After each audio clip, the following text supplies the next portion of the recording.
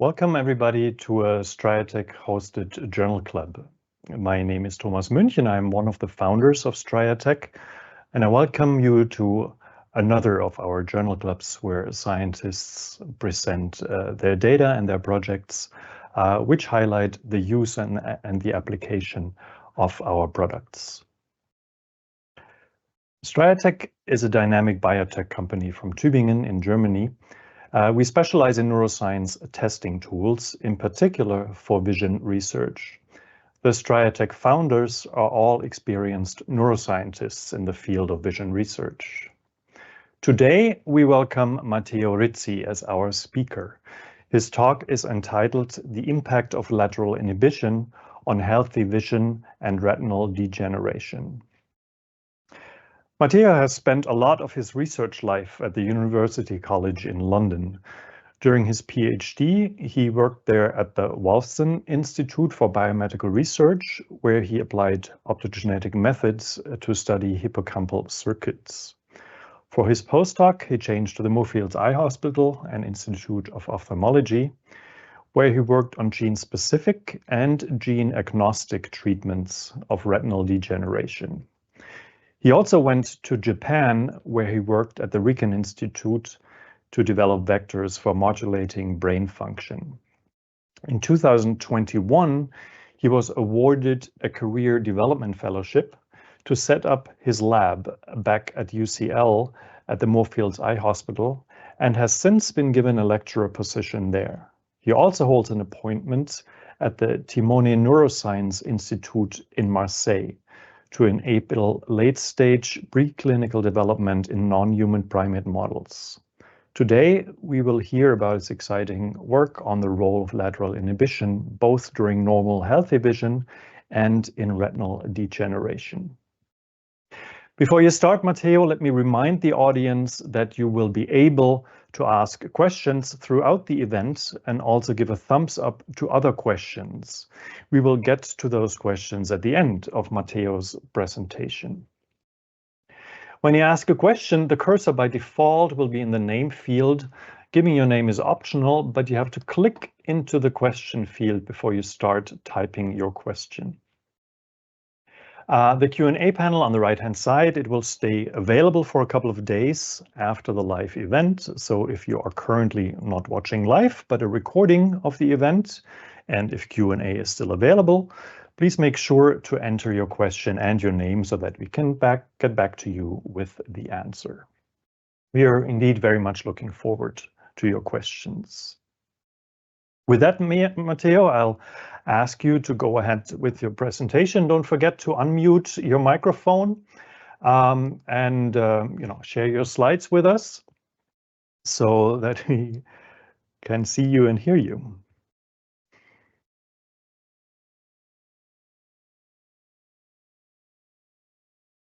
Great, thank you, Thomas, for the kind introduction. And hello, everyone. So my name is Matteo Rizzi, and as Thomas said, I'm a lecturer and a group leader here at UCL, at the Institute of Ophthalmology.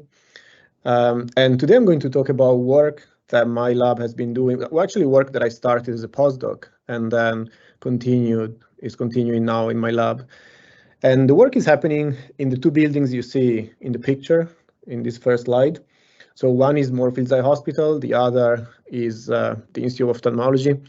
People often point out that it's surprising there was a blue sky in London in the photo, and it's true, we had to pick a special day for that. And we go back and forth between the hospital and the lab. Part of my lab is in the hospital and part back in the wet lab space in the building on the left. And that's very important for us because what we're trying to do is to try and design gene therapy based not only on the genetics of the patients, but also on how their visual function is affected by degeneration. So often what we do for most of our project is to start work in the building on the right at Moorfields, try and understand how vision is impaired, and then try and think what we could do in terms of gene therapy approaches. Now, that means that we try and base our gene therapy both on genetics, as many other people have done, as has been pioneered here, for example, in this institute by Robin Ali, Jim Bainbridge, and others. And also, we try and base our gene therapies on physiology studies. So recently, when I was making some slides, I was trying to think of a picture to sum up the approach of our lab, and I was really at lost, and I asked ChatGPT to help me. And the result is not great, but I thought it was a bit amusing, so I thought we'd share it anyway. So ChatGPT came up with this idea that gene therapy, this kind of grand idea that gene therapy is a bit of a temple, and that genetics and physiology are two pillars that hold up this temple. I'm not quite sure about this metaphor. Also, ChatGPT doesn't seem to know the spelling of physiology. But other than that, I hope it gives you the idea in a lighthearted way of the kind of work that we're doing. So what I'm going to talk about today is really almost every slide I'm showing you is going to revolve about a specific question, which is, could lateral inhibition help improve vision? Now, I have to say that if someone had told me, had asked me this question, I don't know, 10 years ago, I would have thought it was crazy to put in the same sentence these two words, the idea that inhibition can improve vision. Because usually the way we think of inhibition is something that suppresses, that inhibits. In fact, we usually say that. And the idea is that if neurons inhibit other neurons, they suppress their function. And therefore, how can this improve vision, right? How, if anything, that would suppress other neurons that are target of this inhibition. But I hope that in today's talk, I'll show you how this concept that I certainly held in the past is not right, and that instead inhibition can play an important role of a different kind, and a role that importantly is clinically relevant and therapeutically relevant, and perhaps can help us design new gene therapy strategies. So in the first part of the talk, I want to discuss more generally about lateral inhibition and the role that it has in health. And throughout the talk, I will sort of bounce back and forth between the work that we do in humans and the work that we do in mice primarily. I hope it's obviously difficult for us to draw a perfect parallel. It's difficult for us for every experiment to be matched, but we're trying every year as a lab to improve, to bring the two realms closer and closer, and to make the experiments closer and closer between humans and their mouse counterpart. So lateral inhibition, as we know, is a key feature of the visual system from the very first synapse. So in red here, you see horizontal cells, the first inhibitory neuron of the visual system. And I think it's remarkable that already at the first synapse of the visual system, you have this kind of inhibitory modulation. So computation starts happening immediately. If you then look at the layer down, there is, of course, amacrine cells, another type of inhibitory cell.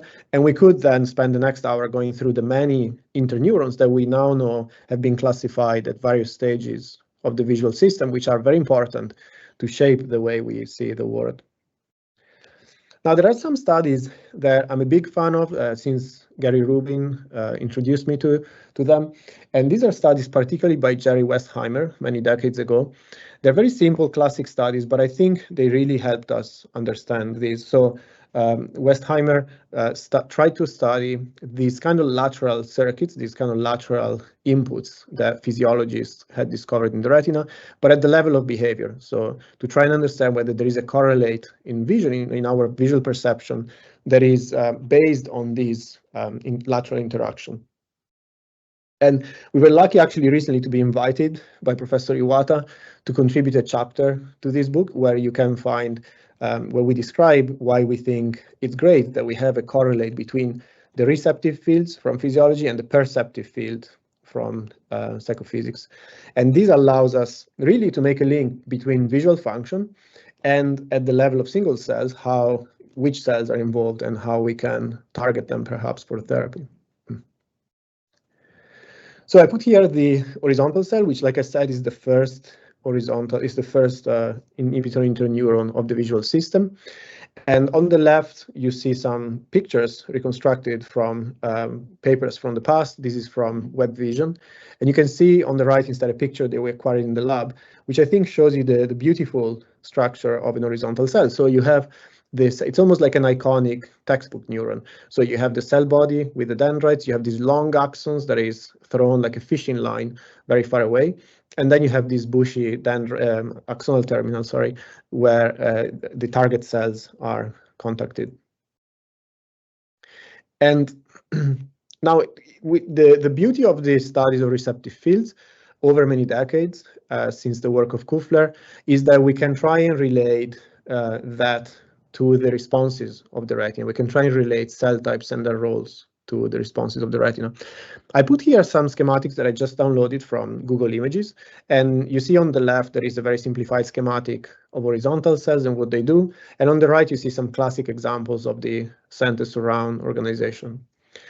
I don't know for all of you, but when I studied these in textbooks, I was taught that the surround is inhibitor, is antagonistic, is opponent. These are the words that are typically used. And these are all correct. But I want to say today that it's important that we understand what type of inhibition these surround, these laterally projecting cells, like horizontal cells and many others, play. So just for a moment, I want to make a very simple point about the function of neurons, or really the function of how each neuron responds to their inputs. And the point is that on top I'm showing you with a graph, and at the bottom with a sort of real-life exemplification. So if you want to inhibit function of neurons, you can do that in two ways. You can do what most people call a suppressive modulation, which means you're going to cut down the maximum response that you can achieve. You see in this very simple schematic that the response as you move from the top black line to the lower lines, you see that the response never achieves back up to the normal value. So this is what we call suppressive modulation.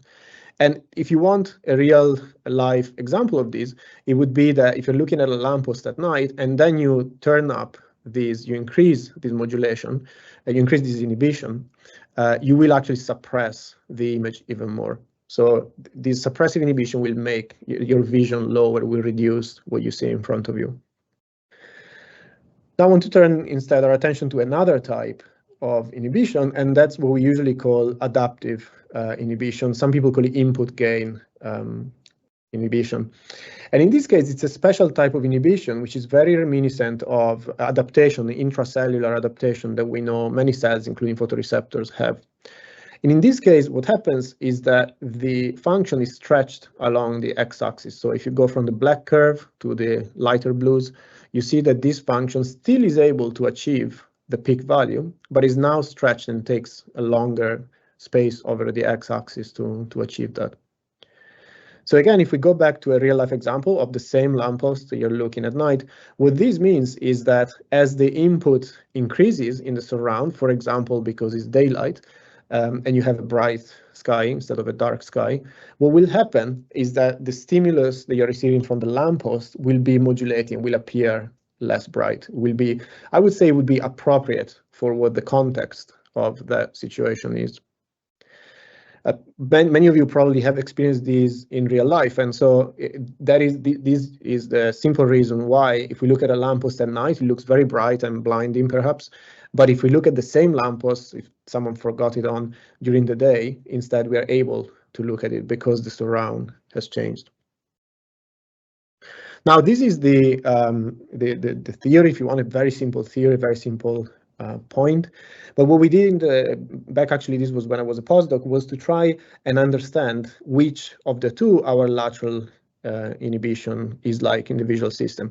So essentially we redid the Westheimer experiments, but we paid close attention to what the inhibition looked like. Did it look more like the schematic on the left, bottom left, or the one on the right? So did it look more like a response gain, a response suppression, or an input gain?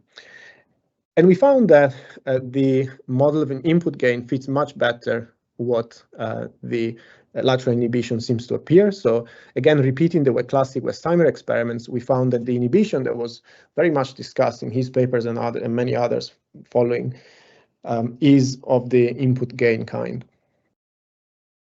Now I want to get straight to why this matters. You know, the neuroscientists like me could be just satisfied with that. I'm sure many of you are excited by basic mechanisms, but there is actually an important point that has therapeutic value.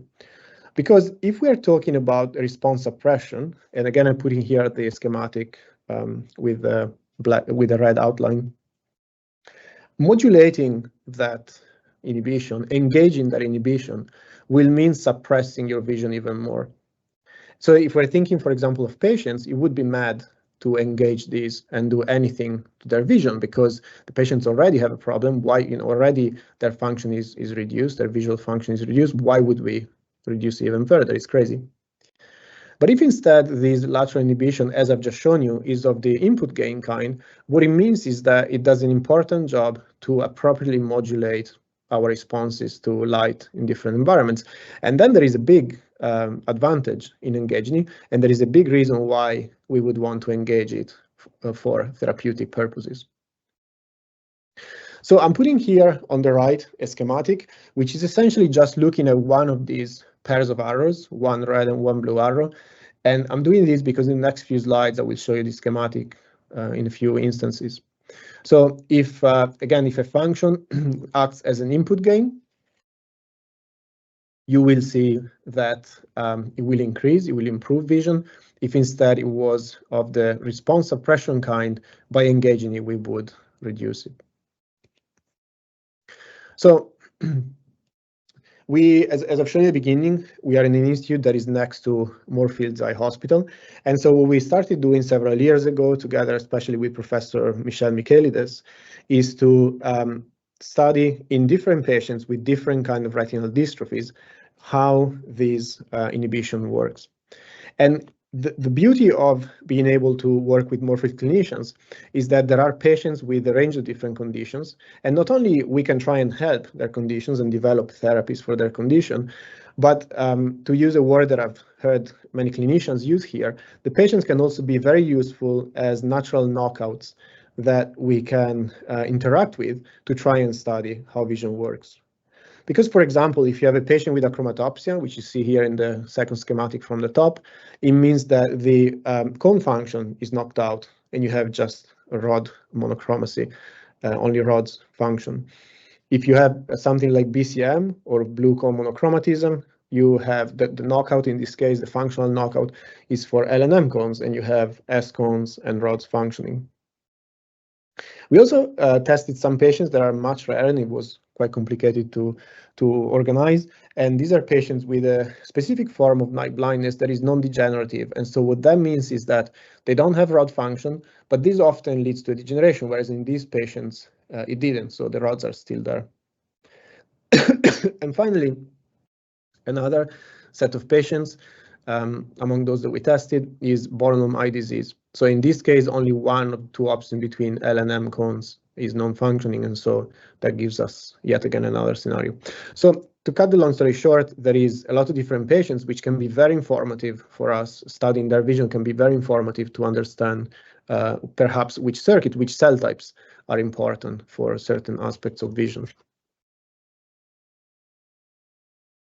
So again, this is a modulation on the Westheimer experiments. So what we found, unsurprisingly, given what I've shown you before and given what Westheimer has shown, is that by changing these center surround relationship in terms of luminance, we were able to improve vision in normal vision subjects.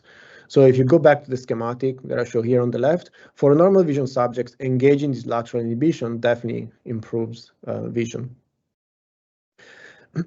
When we test in patients that have only cone function, so CSMB patients, and also instead when we test patients where we were able to test only rods, we found that also in these patients there is an improvement. You see, these are rare patients. They can only give a hint. Obviously, we don't have as many as we would like, but you can see that engaging the surround again increases. This line seems to go up from the left to the right.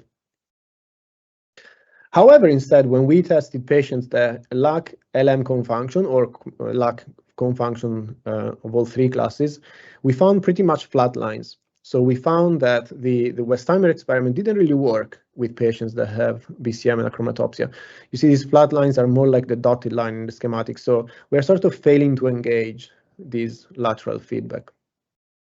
And so in the end, what we scratched our head for a long time, but what we concluded in the end is that cone-driven function is needed to drive this lateral adaptation or lateral inhibition, adaptive inhibition, whichever way you want to call it. Because again, if you see the schematic on the right, not engaging the cones means that we are not able to engage these center-surround interactions.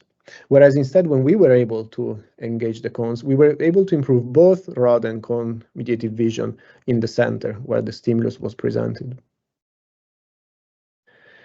So in this first part, I hope I gave you hints that, and we could discuss more perhaps at the end, but I hope I gave you enough hints that lateral inhibition does actually improve vision, and it plays an important role, and one that, as I showed in a schematic a few slides ago, can be very meaningful for therapeutic purposes, for clinical purposes, because it could make visual function better in patients.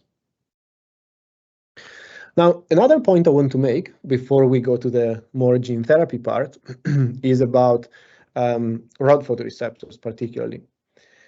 Again, going back to the textbooks, something that I certainly have been taught and I've heard many times and read in many papers is that our duplex retina is really such that we have a system for night vision, which is the rod photoreceptor system, and a system for bright light vision or daylight vision, which is the cone system. And there is a very brief area, there is a small area of overlap in the middle, which is the mesopic function. But importantly, the key concept behind this is that cone photoreceptors are not active in scotopic. We know that's definitely true. And the other thing that is often said is that vice versa, in a sort of mirror way, in a symmetric way, rod photoreceptors are not active in photopic vision. That's at least what we used to think. And again, going to the hospital and testing patients forced us to change our mind. And the two kind of ideas that we've heard in the past, and I certainly held myself in the past, are that either rods don't function in daylight or they are suppressed by cones. So again, we're going back to this suppressive inhibition. So rod photoreceptors are only for night vision. You don't want them to work. They're either useless or harmful to vision if they're active in daylight. And so the way the visual system deals with this is by suppressing them in daylight. I don't have time to go too much into details of these, but I just want to give you 3 reasons why I think today, I didn't think this in the past, but today I think that's actually not true. First of all, very simply, when we met and tested patients with achromatopsia, they can see in daylight. They certainly have worse vision than us, and this is due, first of all, to a lack of foveal function, lack of cones, but also we think due to lack of lateral adaptive input.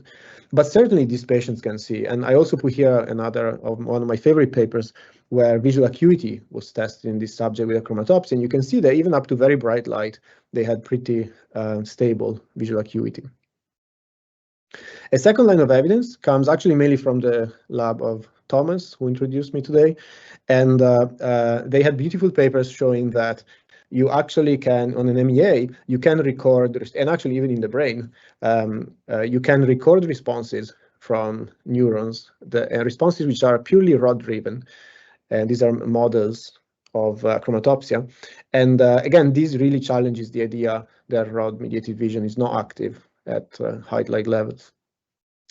And finally, I want to show one of the experiments. This is one of the experiments that surprised me the most that I've ever done myself. And what this graph shows is that patients that have only cone vision, you can see sit well below the average cone plus rod mediated vision. This is in daylight conditions, so this is what surprised us, because we would have thought that either rods don't contribute, and therefore these blue dots would lie on top of the black ones. It would be no difference. Or perhaps for the people who buy into the idea of interference between rods and cones, they probably would have guessed that it might even be better because you don't have interference from the rods. But as often is the case with experiments, we were very surprised and to find that it was the opposite of what we thought. And we found that actually lacking rod vision makes your vision in daylight a bit worse. And so to put together many thoughts that we had over the years, what I today would say is that rod photoreceptors are photoreceptors for low contrast rather than for low light. So if you don't have rod photoreceptors, your contrast sensitivity is twice as bad than if you do have rods engaged. I want to point out this is a log scale, so the size is such that you have your contrast sensitivity with just cones is 2 times worse, twice half as good as the one for cone and rod vision together. So the idea that rods are functioning in daylight means that they may play a role, but also that if they're not controlled, if they're not kept in check, that might actually be a problem. So we decided to do, and we got, I guess, to some of the experiments we did and are doing with optomotor, and we now have a Striatech setup that we're using for optomotor studies. And what we decided to do is to see whether this reduced vision that we see in patients was also true in mice. And you can see that definitely, yes, this is the case. Mice do have CNGA3 knockout mice, a model of achromatopsia, therefore having only rod-mediated vision, definitely have worse vision than wild types. And what we also did was to do a sort of modified version of the optomotor test. So the way this works is that instead of having the whole screen with the rotating drum, we had just a line, just a stripe where the stimulus was presented as rotating. And above and below the stimulus, instead, we could change the luminance of the screen. I'm showing you here in the schematic 3 examples with a black screen, a gray screen, and a bright white screen. This is, at least in terms of optomotor, the closest we got to mimicking the experiments I was showing you in humans a few slides ago. So if you remember, in the case of the humans, I had this schematic where we had circular areas within which we were presenting our stimulus, and then we would change the surround. So we would change the luminance around that. So we thought, why don't we do something similar in the mice with a nice, easy behavior like the optomotor behavior, and have a stimulus, but surrounded with different luminances to be able to see whether that has an effect. So it does. To cut the long story short, it does have an effect. Perhaps you want to look first at the graph on the right, and you can see that reminiscent to what we saw in humans, changing the luminance, either decreasing it or increasing it, does make a big difference, and it makes the contrast sensitivity worse in the wild-type mice. But instead, when we do it in the CNGA3 mice, this is very much dampened, indicating again that these circuits are not engaged. This lateral adaptive inhibition, which I've now shown you in many slides, is not engaged, and therefore they struggle to adapt to the different surrounding luminance, to the different context, essentially. You could, if you want to relate this to the example I was using earlier, this is sort of the lamppost for the mice. So that if depending what surrounds the lamppost, it will affect how they see things. So we finally got to the gene therapy. And at first, really, well, we had, I guess, both things in mind at once. We did want to develop a gene therapy approach, but we were also very curious to use an actuator to try and directly modulate the horizontal cells in these achromatopsia mice to prove the point, to see whether that was the case, whether indeed we could change things by reinstating this lateral inhibition. So what we did several years ago now is to identify a GJ10 promoter that was, or better, a part of the genomic region in front of the GJ10 gene that was small enough that we could put in an AAV vector. And then we used the Krylok system to amplify the signal, amplify the production of the actuator. And the actuator that we chose back then was HM4DI, so a chemogenetic actuator. You can see that when we inject these in mice, we are able indeed to lead to specific expression of the construct in horizontal cells. You see this kind of spaghetti-like mix of the cells. Not all the cells were labeled, but a good fraction of them was, and we then were able to go on and test whether by activating the chemogenetic actuator we could affect vision.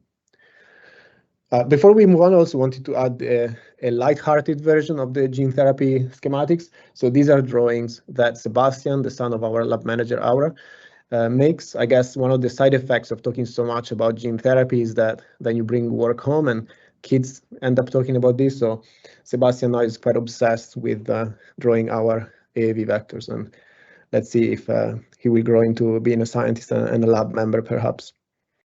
But back to the science. So what we did is inject this vector in the CNG3 mice and test whether this can improve vision as well as visual function measured with ERGs. And so you can see in the graphs that we did, in fact, manage to improve vision. The key point here that I want to highlight is not so much the size of the effect, which is small, but the sign of the effect. Going back to the schematics I was showing you for the humans, if the inhibition we are engaging with these cells is of a suppressive kind, you would expect the blue line to be below the black line. Whereas in this case, what we see is that it's above, which is a fundamental point for us. It was a happy day for us because it showed that indeed is of the same nature that we've been studying in humans. And more importantly, that there was perhaps a therapeutic value to this. We also, the last point I want to make on this as well is that back with Martha Robinson, that collaborated with us both when I was a postdoc and since I started my lab, what Martha helped us do is to put together a very simple model of how this lateral inhibition may shape images. And what we did is essentially feed images to the model, an image like this, for example, and see what it would be like if we really just alter this one parameter that we suppress, we take away this lateral adaptive inhibition.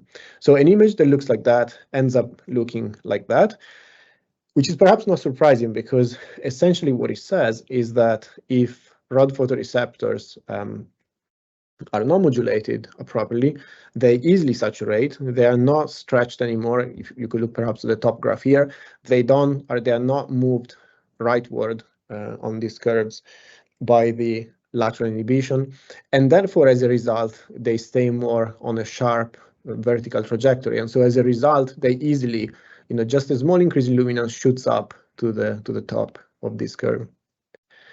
But one of my favorite things also is that we thought this might also explain why something that many clinicians told us over the years, which is that patients with achromatopsia, patients that lose cone function or don't have cone function from birth, they seem to have easily saturated vision. So different patients describe it in different way, and words sometimes are difficult to give an exact idea.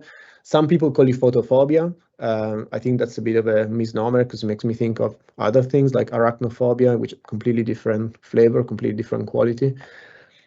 I think probably the term we would use the most is light aversion. So things get so easily bright, they saturate so easily that it becomes very uncomfortable for these patients to go out in sunlight. And if they do, they need extremely good sunglasses, wraparound sunglasses, very strong filters. And so what we thought is that perhaps it's because of this, because they don't have cones, therefore their rods, which I want to remind you they do work in daylight, are not properly modulated. And so as a result, the rods are more on these early lines, like this black line, as opposed to being shifted rightward. And therefore they respond like crazy as soon as there is a bit of light stimulus, like for example, from the sky of this picture. And I thought one thing that was purely qualitative, but really was a key message for us, was that we then showed these images that the model had produced, the computer had generated, the modification of these images to the patients, and they said that's exactly how it feels. That that's, I guess there is a saying that a picture says more than 1,000 words, and they really seem to feel that way, that the picture was capturing how things looked for them. And again, this is just by removing these lateral adaptation. So in this first part, I hope I've convinced you overall that particularly that rod photoreceptors, if poorly adapted by lack of this lateral feedback, by lack of this lateral inhibition, two things happen. One, they easily saturate, and then might explain some symptoms that these patients shared with us, but also that the result of poor adaptation is, unsurprisingly, poor vision. And therefore, there might be a way to improve things. I want to say, like, typically when we say these, people wonder if what we are saying is that, for example, we would apply these kind of therapies, we would try and modulate lateral inhibition to, for example, treat achromatopsia. I don't think that should be the case. That's not the point I would make. I think for a condition like achromatopsia, where great work has been done to identify the genes, I think the best thing is to do work that is gene specific, not gene agnostic. I don't think we should focus on modulating the circuitry. I think because we can target the gene either by gene editing or by gene supplementation, I think it makes sense that that's what people went for. And I know there are labs and companies that have been doing that. But I think instead, what I've been telling you can help more perhaps in cases where photoreceptor loss is focal. And if you think of a condition like AMD, for example, it's not a simple case of identifying the gene that has caused this. Of course, we now know that. And therefore, there is no point in trying and design a gene therapy that is gene specific. You don't have the gene to target.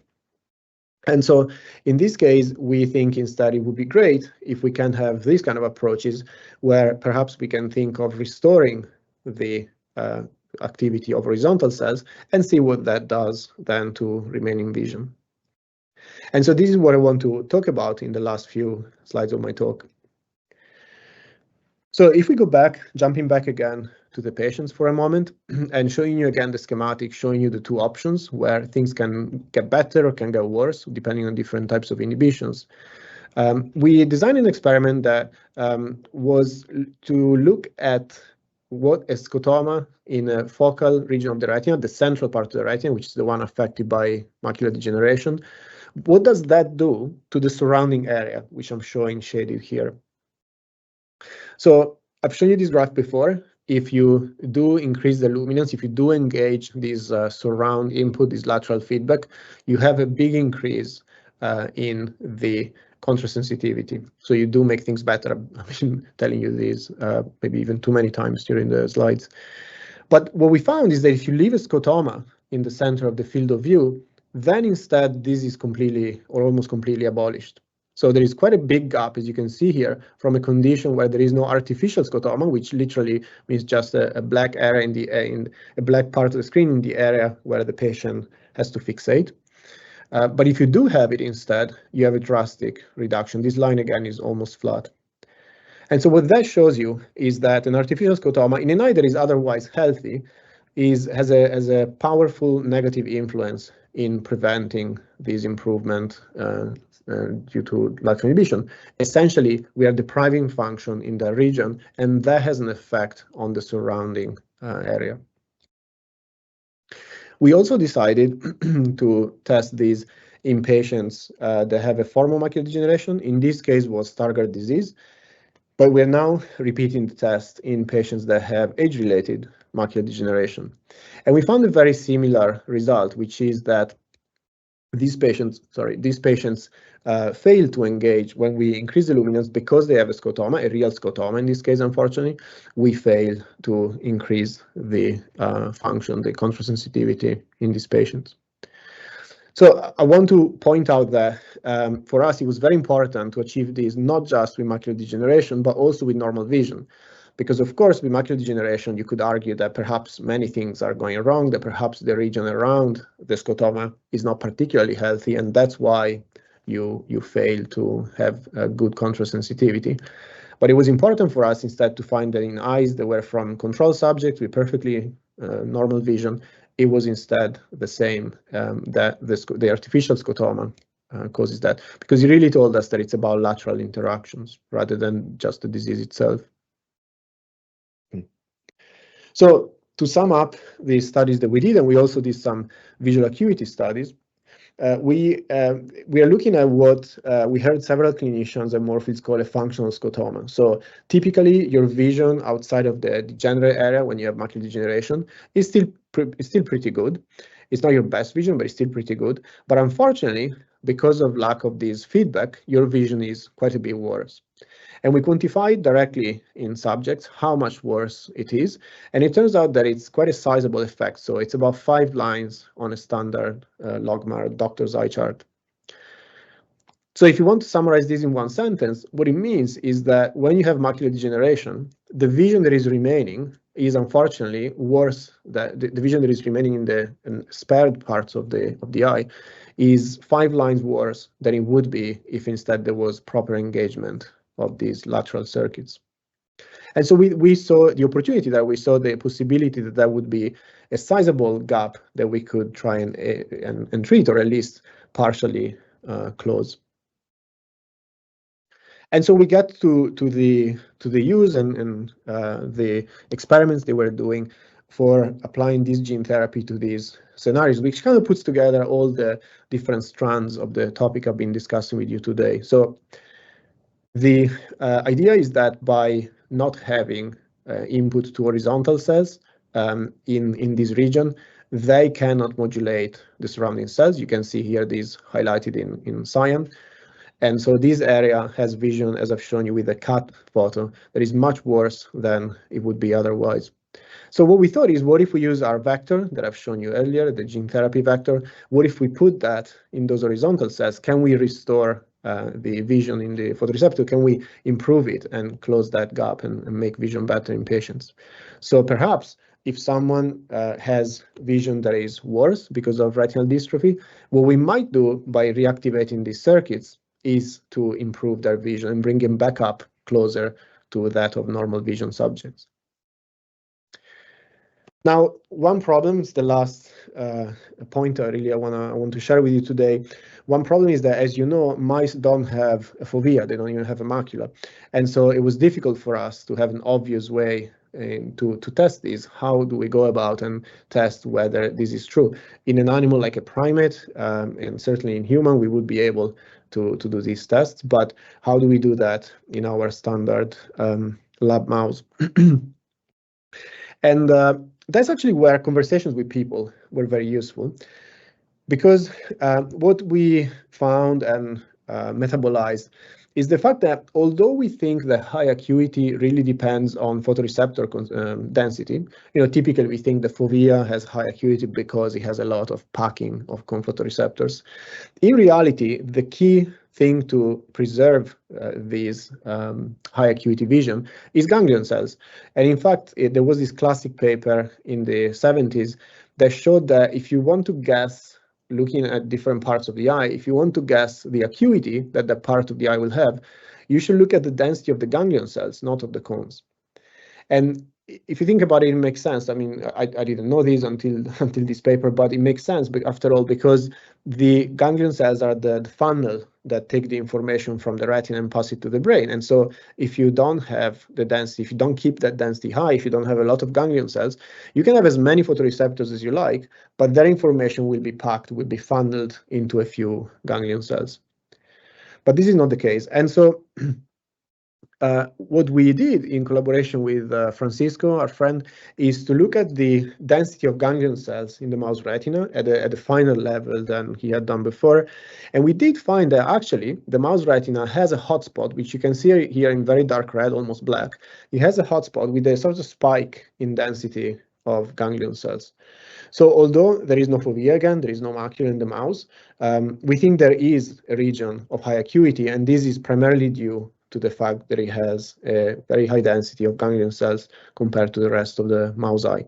And this, if you're interested, is in the dorsal temporal part of the retina.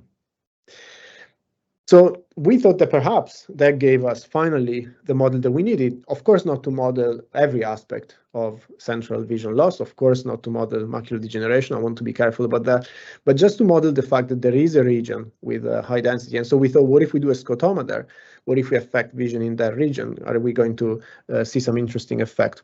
So we did laser lesions in that part of the eye, quite a broad area actually there.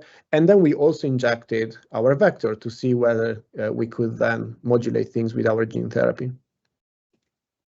And this is pretty much all summarized in these graphs. So first of all, if you look at the difference between the first and the second data points between pre-lesion and post-lesion, you see that whether we treat or not the eye doesn't matter. Lesioning that dorsal temporal part close to the optic nerve does worsen mouse visual acuity, which is great. It's already a good point that shows that indeed this region mediates high acuity vision. And then the more interesting part, perhaps, is that much like I've shown you in the model where cone loss is global, where this applies in the achromat mouse, using our gene therapy, we are able to bring that up back to close to wild-type levels. So we are able to activate these cells, which you see labeled here in the central panel. The cells survive the lesion, the loss of photoreceptors, of the overlying photoreceptors. We can transduce them. We can, in fact, transduce them better because there are no overlying photoreceptors there. And we can indeed then improve visual acuity. And so this is as close as we can get in a mouse to try and say that a scotoma does affect vision, and that treating with our gene therapy vector that region, we can make things better. Now we have, I just have 2 more slides, and one I want to show you briefly that since then we moved on to improve our vector, and we have a vector that is currently being patented by UCL.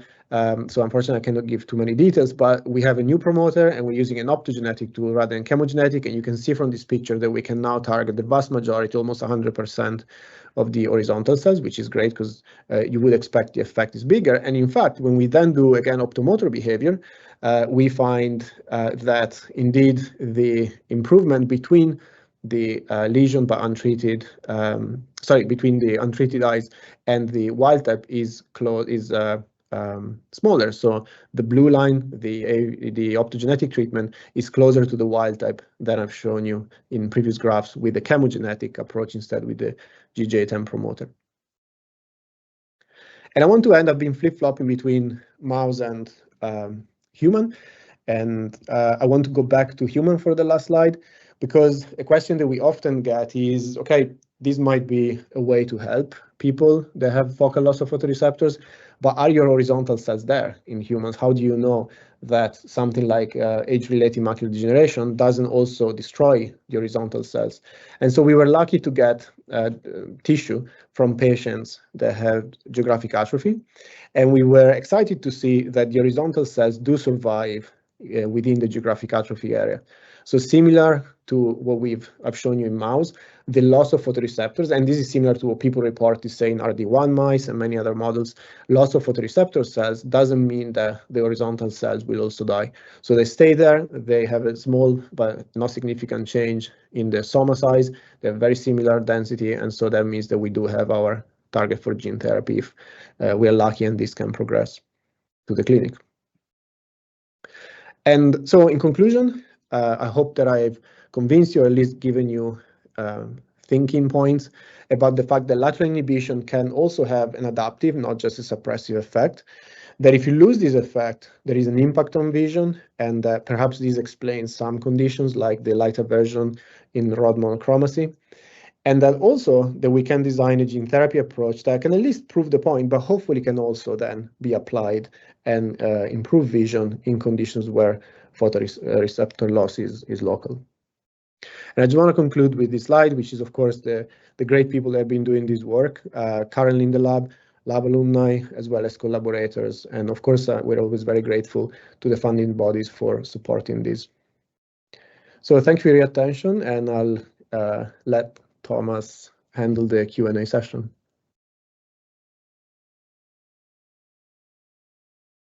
Yes, Matteo, thank you so much for your clear explanations and for your wonderful talk.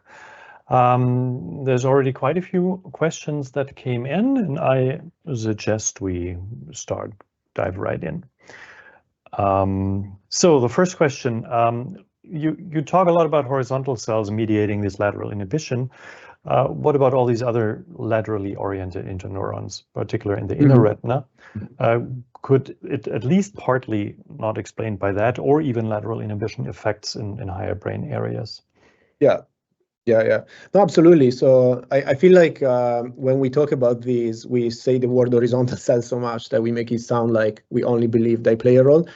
But absolutely, we think there are many other interneurons that have been shown to have to exist, first of all, and to have an interesting role in visual circuits.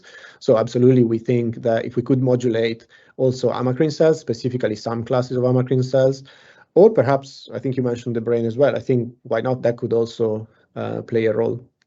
There is an advantage in working at the first synapse in the visual system. I mean, the first one is that we have good models. We knew from transgenic studies the promoter, etc. So we had a head start on horizontal cells thanks to the work of other people. And also the fact that I think the sooner you intervene, the earlier you do so in the visual system, then this effect will propagate downstream. So that's why we thought it was great to start from, as early as possible. And this is the first synapse in the visual system. But by all means, it's very possible. And that's something we're investigating, whether other laterally projecting interneurons have a similar and maybe even more powerful effect. Okay, then there was a question that came in about scotoma that came in before you actually talked about scotoma. So maybe you can summarize it again or elaborate a little bit more on it. So the question is, doesn't your data suggest that patients with a scotoma should experience something similar to the light aversion that you mentioned for acromats? Because they're missing the lateral inhibition from the scotoma. Yeah. No, so that's a good point. So yeah, the short answer is yes. And we did think that you would predict exactly that. And so that was kind of an interesting interaction with the clinicians, because when we asked them, we said, do patients report these, at least in the central part of the field of view, in the sort of, if you remember my schematics, in the shaded area around the scotoma, we would expect that to be the case. And when we asked the clinicians at first, their answer was no, not really. We don't think it's associated with those kind of conditions. But then we met some patients with Stargardt disease, and they, naively, without knowing that we were working on this, they just asked us. They said, I have this strong light aversion, and what about it? Could it be linked to my condition? And so from there, actually, we started a study, and we now have a PhD student working on that. And we're finding actually that, surprisingly, for example, for Stargardt disease, so the inherited form of macular degeneration, we actually find that the vast majority of patients report that they do have exactly this kind of light aversion and this effect. And it was interesting because the person in the lab, the student who did the survey, was keen to have a box at the end allowing comments, and few of the comments were along the lines of, finally, I'm glad that someone is looking into this, because when I talked to clinicians, they sort of ignored my point and told me that it's not related to my condition. So we're only scratching the surface, but I think it seems like definitely the answer to that person is yes, and we think that's really the case. Mm-hmm. Then a question, is there a lot of lateral inhibition in the macula at all to start with, so that, what could you improve in macular vision? Because there's these one-to-one connections that we know about. What does lateral inhibition do there? Yeah, that's an interesting point. So it's certainly true that, even back from the studies by Westheimer and others, it's certainly true that the size of the effect, how far this inhibition affects other cells, grows with eccentricity. So within the macula, near the fovea, perifoveally, and even foveally, this is quite small. And then as the lesion grows, or if you just want to think in healthy terms, as you move more eccentrically, you do have bigger receptive fields and wider regions affected. And we do see this effect. So we see that this function gets smaller and the influence on the area gets smaller. So if you want, the summary of this could be that if you have a very small loss of photoreceptors, you might not benefit that much, because the region that it would improve the gene therapy is quite small, and I personally wouldn't recommend it. But as this grows instead, it becomes quite a dramatic big area. I do want to say also, though, we're finding that the area of the effect is broader at all the eccentricities. The area that it affects is broader than just the axonal projection of the cells or the receptive field size, which I guess was hinted by the one-to-one. What we're finding is that it's, like I said, the effect is broader, so it has an influence on cells that are further away that you would predict. And we're not sure why, but the explanation we are giving ourselves so far is that these cells are also connected by gap junction networks. It's well known that horizontal cells are connected like that. And so perhaps it's simplistic for us to think that it's just about how long the axon is, but that we have to think that the inhibition spreads very much like the dye, these classic experiments where people fill in horizontal cells and see dye spread through a network of them. We think that's probably why it's a broader effect. Mm-hmm. And then another question, which I think you actually answered at the end. The question was whether the horizontal cells in the area of macular degeneration, if they don't die together with the dying rods, with the dying cones. Yeah. So absolutely, that's why we did that experiment, because many people were asking us that, and I think it was a fair point. And it's until we didn't know until we did the experiment, and that's why we were excited. I'll just go back to the slide. That's why we were excited to see that within the geographic atrophy area they survive. I mentioned briefly that this is also the case in many models. So we've looked in IPOL1 models, RD1, PD6B models, and in all of them we find, I know that's not macular degeneration, but I think that's to say that if you do lose even massively, even completely, the photoreceptor layer, the horizontal cells don't seem to be dying from that. Mm-hmm. Then the next question, does the effect you observe apply only to rod photoreceptors? And what about cones, which are the main photoreceptors in the degenerating macula? Yeah. That's another great point. So I only mentioned it briefly, but it's true that for most slides I talked about rods. But if you remember some of the psychophysics I was showing, the one with the natural knockouts, let's say with the different types of patients with different dystrophies, we found actually that this lateral effect applies both to rod-mediated vision and to cone-mediated vision. So the night blindness patients that I mentioned for a couple of slides, they have only cones, and we see the same effect there. So that's why we think this applies to both rods and cones. The issue is that when we study mouse, as most of you know probably, mice have only been reported to have H1 horizontal cells that go from cone to rod, not the other type that go cone to cone. And therefore, for us, it was easier to model, much easier, of course, to model that and study these regarding the H1 horizontal cells. But in terms of psychophysics, we do see an effect on both rods and cones. Mm-hmm. Okay, then another question. What happens if you lesion another part of the retina? Is visual acuity affected? I guess you don't mean like if there is a natural lesion, but if you lesion in a mouse. Yes. A different part, yeah. So we did that. So if you lesion other parts of the retina and you then do optomotor behavior, we don't see any drop in visual acuity. Okay. Mm-hmm. And then the last question, at least until now, is where is it? Here it is. No, I lost it. Here. So the question reads, rod photoreceptors, or the question is if rod photoreceptors affect the contrast vision effect. Not sure I understand the question, but I'm reading it to you. Maybe you understand. Could you say it again? Rod photoreceptors may affect, or do rod photoreceptors affect the contrast vision effect? I mean, I've never heard of the contrast vision effect. I don't know if there is a typo, maybe. It might be mean contrast, but I don't know. It says contract. Yeah. So contrast, I don't know. On contrast vision. Contrast. Yeah. Sorry, contrast. Yeah. I mean, I'm not sure still that I understand the question, but I guess what I would say is definitely we see that it's contrast sensitivity that is affected by rod photoreceptors. And so just to kind of sum it up in a different way than I said earlier, I think we have to remember that the rod signal intermingles with the cone signal. There is no such thing as a rod pathway up to the brain. And so if you have a poorly saturated, poorly modulated, easily saturated rod, and you put that on top of a cone signal, these of course are not going to get along, and you are going to affect the signal that together goes to the brain. Yeah.